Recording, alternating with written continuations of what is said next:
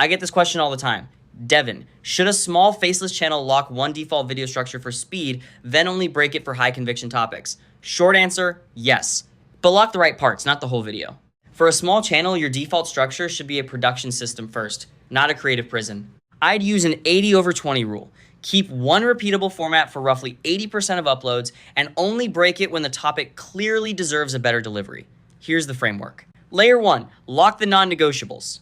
Your hook style, your pacing targets, your section length, and your ending format. That's what gives you speed. Layer 2, keep the middle flexible. The order of examples, the amount of proof, the number of sections, even whether you open with a problem or a result. That's where retention usually gets won. Layer 3, use an exception test. Break the template only if one of these is true. The topic needs a story arc. It needs a demo before the explanation, or the strongest promise would be weakened by your normal format. Simple decision rule. If the custom structure adds clarity or curiosity faster than it adds production time, break the template. If not, stay default. That's why in Satura, I like treating structure as a default workflow with an exception path, not a one-size-fits-all script. For beginners, consistency should be your baseline, and exceptions should be earned.